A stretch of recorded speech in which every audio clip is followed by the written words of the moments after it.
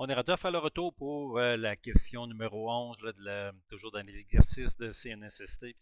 On a commencé le principe de l'équité salariale. Donc, la première question. Donc, je fais le retour, comme toujours, avec vous pour voir qu'est-ce qu'il en était, puis essayer de renchérir sur les questions.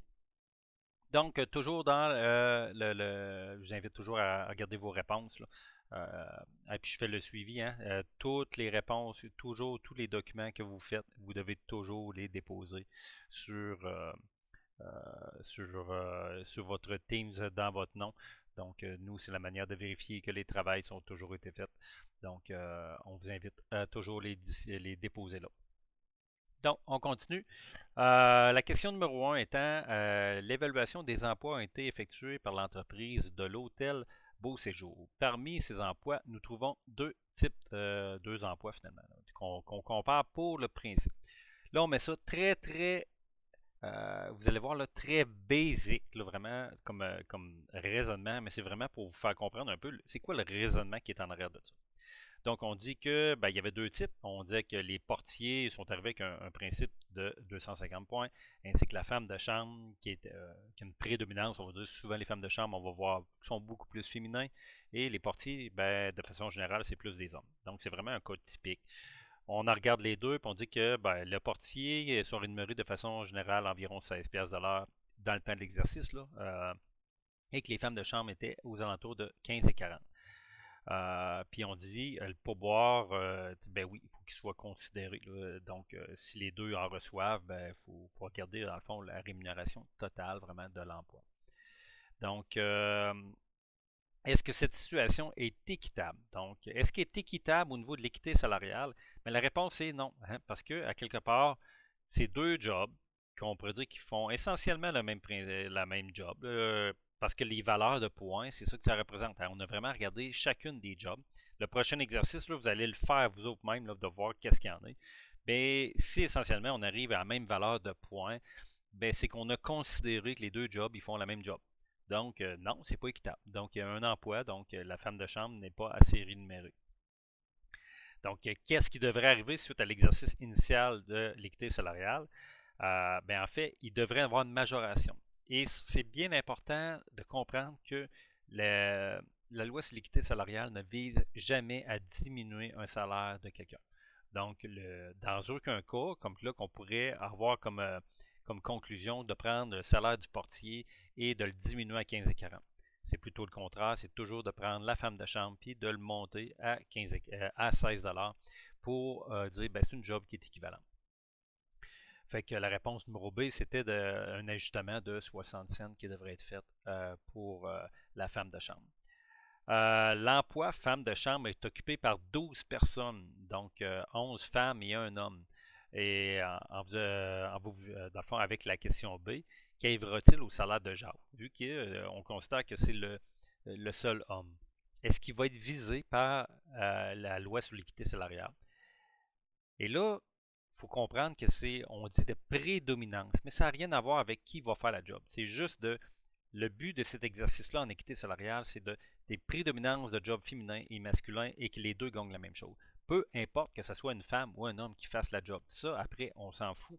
Ce qu'on veut faire, c'est juste que la job, femme de chambre, maintenant, elle va être payée 16$. Que ce soit Jacques qui fasse la job ou que ce soit quelqu'un d'autre. Donc, on va augmenter. Question numéro 2. Sophie est une jeune femme de 17 ans qui travaille dans l'entreprise Neptune Resto Bar depuis 2 mois. Elle occupe l'emploi d'hôtesse et son travail consiste à accueillir les clients à l'entrée du restaurant durant la saison estivale. Sophie travaille les mercredis, jeudis et vendredis soirs. Les autres soirs de la semaine, le travail d'hôtesse est assuré par Camille ou Geneviève qui ne sont pas de la même âge que Sophie. Un jour, Sophie entre au travail et constate l'affichage que finalement il va y avoir un principe d'équité salariale dans l'entreprise qui est affiché sur le babillard. Après avoir consulté cet affichage, qu'est-ce que devrait faire Sophie? En fait, ce qu'elle doit faire, en fait, c'est que tous les emplois devraient passer là. Vu qu'elle s'aperçoit que finalement, elle n'est pas là-dedans, Sophie devrait communiquer tout simplement avec le responsable de l'administration pour dire, ben écoute, by the way, je pense que vous avez oublié ma job. Donc, pour regarder, pour faire un principe d'équité. Donc, elle devrait juste tout simplement, là, comme dans la vraie vie, hein, il y a quand même du gros bon sens. Il ne faut pas partir du principe là, tout de suite à lever des flags comme de quoi l'employeur n'a pas fait sa job. Donc, on fait juste le faire suivre là, à notre responsable d'administration, dire by the way, vous m'avez oublié, pouvez-vous juste faire un raffichage? Deuxième question après, on dit après avoir écrit au responsable de l'administration pour lui indiquer que son emploi d'hôtesse n'apparaît toujours pas sur l'affichage, Sophie reçoit la réponse suivante de la part du responsable de l'administration. Bonjour Sophie, tu as raison, nous avons oublié l'emploi hôtesse. Nous ferons les corrections nécessaires, ne t'inquiète pas. Les modifications apportées seront indiquées dans le nouvel affichage. Toutefois, quelques semaines plus tard, lorsque le nouvel affichage est enfin effectué, elle est indiquée aucune modification nécessaire à la suite des questions ou commentaires reçus. Qu'est-ce que devrait faire Sophie? Je peux vous lire mon corrigé, que je ne suis pas d'accord. Le corrigé me dit carrément que la CNSST, c'est que les autres sont très hiérarchisés. Sophie devrait porter plainte à la CNESST au moyen d'un formulaire prescrit par la loi. Ça, c'est un moyen, je peux dire, oui, je ne peux pas dire qu'ils ont tort totalement, mais je pourrais vous dire, moi, ce que j'encouragerais les gens et moi, ce que je ferais dans une affaire de même, euh, oui, elle a des droits. Elle a des droits de se faire respecter à quelque part.